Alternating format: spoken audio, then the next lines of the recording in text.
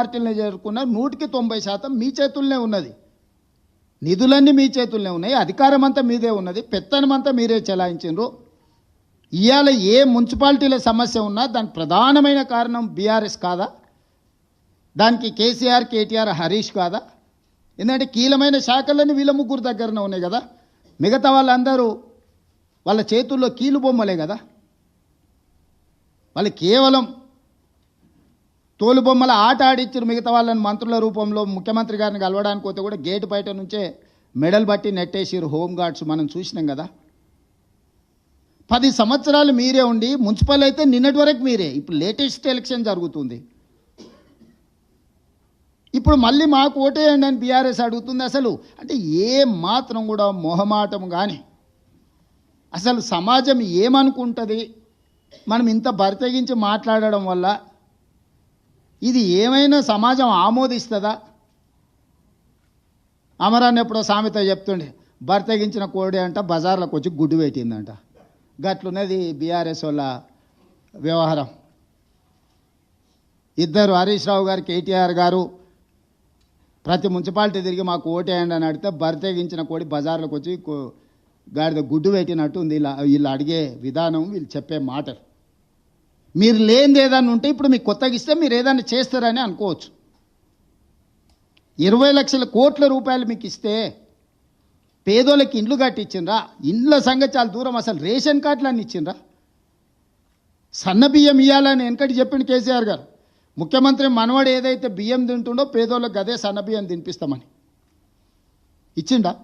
మీరు జర్నలిస్టులు, మీరు కూడా ఉన్నారు కదా ప్రజాక్షేత్రంలో, మీ గుర్తింపు కార్డు, మీ ప్లాట్ల గురించి ఇట్లా చెప్పుకుంటూ పోతే ఒక్కొక్క వర్గానికి, ఏ ఒక్క వర్గానికన్నా ఉద్యోగాలు ఇచ్చిండ్రా, రేషన్ కార్డులు ఇచ్చిండ్రా, సన్నబియ్యం ఇచ్చిండ్రా? అసలు ఏది వీళ్ళు అమలు చేసింది? పట్టణ ప్రాంతాలలో మోరీలు అన్నది ఇచ్చిండ్రా?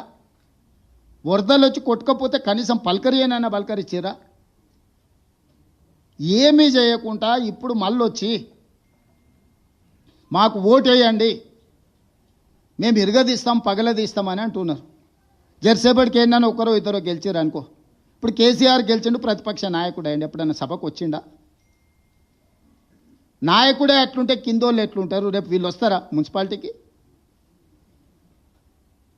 ఆవు చేనుల మేస్తే దూడేమన్నా గట్టు మీద మేస్తే అది కూడా గంటకే పోయి మేస్తుంది. 25 నెలలో 26 నెలలు అయింది, జీతభత్యాలు తీసుకుంటుండు, ప్రతిపక్ష హోదా తీసుకున్నాడు, క్యాబినెట్ ర్యాంక్ పవర్ ఎంజాయ్ చేస్తున్నాడు, ప్రభుత్వం నుంచి అన్ని వసతులు పొందుతున్నాడు. ఒక్కసారి కూడా సభకు రాలే. ఒక్క సమస్య మీద చంద్రశేఖరరావు గారు ప్రతిపక్ష నాయకుడిగా పని చెయ్యలేదు. ఇది మీ కళ్ళ ఎదుటనే జరుగుతున్న విషయం కదా.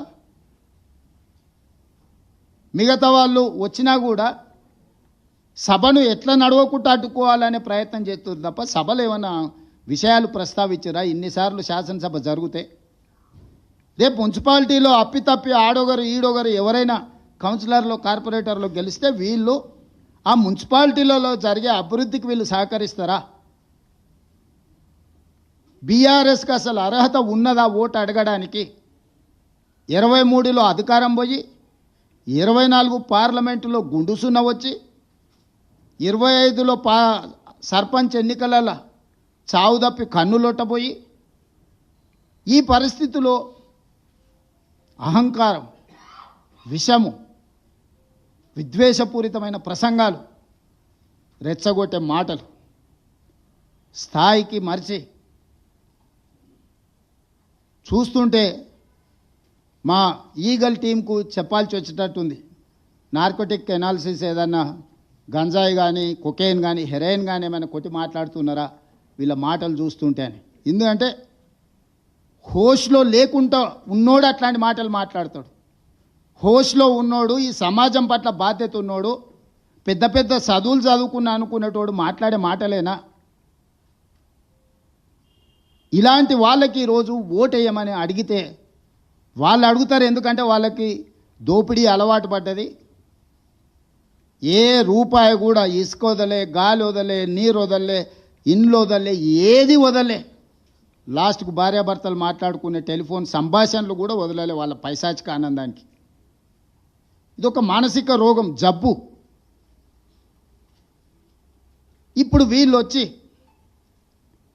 ప్రతిపక్షాలను జడ్జులను, జర్నలిస్టులను, సినిమా తారల్ని, భార్యాభర్తల్ని ఎవ్వరిని వదిలేలే వీళ్ళ పైశాచిక ఆనందంగాని. ఒక మానసిక రోగంతో, ఒక ఉన్మాదంతో టెలిఫోన్ ట్యాపింగ్ని అడ్డం పెట్టుకొని వ్యాపారస్తుల ఫోన్లు ట్యాపింగ్ చేసి వాళ్ళని బెదిరించి 100 కోట్ల రూపాయల ఎలక్టోరల్ బాండ్స్, 100 ఎకరాల భూములు రాయించుకున్నారని విచారణల విస్తుపోయే విషయాలు బయటకు వచ్చినాయి.